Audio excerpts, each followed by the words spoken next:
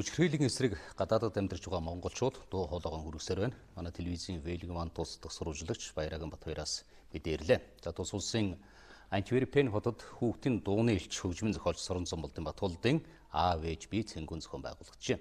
Цэнгүүнд Европын холбооны улсууд, Герман, Бельги, Франц, Шведэд амьдарч байгаа монголчууд оролцсон байна. Цэцэрлэгийн багчууд сургуулийн сурагчид нэгэн орогийн хүү дуртай дугаан аав ээжтэйгээ үеийнхэнтэйгэн бас дуулж байгаа дуугийн зохиосон хөгжмийн зохиолчтой хамт өнгөрүүллээ. Энэ удаагийн тоглолтын хувьд хүүхдийн хүчирхийллийн эсрэг Уриандар зохион байгуулагчсан онцлог байсныг мөн мэдээлж байгаа юм а.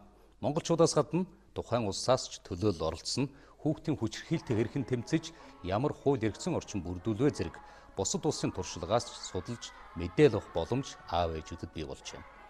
Бельги улсын хувьд хүүхэд хэрвээ эцэгхийн анхаарал хайхрамжгүй байдлаас эрсдэлд орох аль нэг хэлбэрээр хүчирхийлэлд өртвөл төр шууд хамгаалтанд авч тусгаарладаг юм байна. Мөн аав ээж авах эрхийн тодорхой хугацаагаар хасах хүртэл шийдвэр гардаг байх юм аа.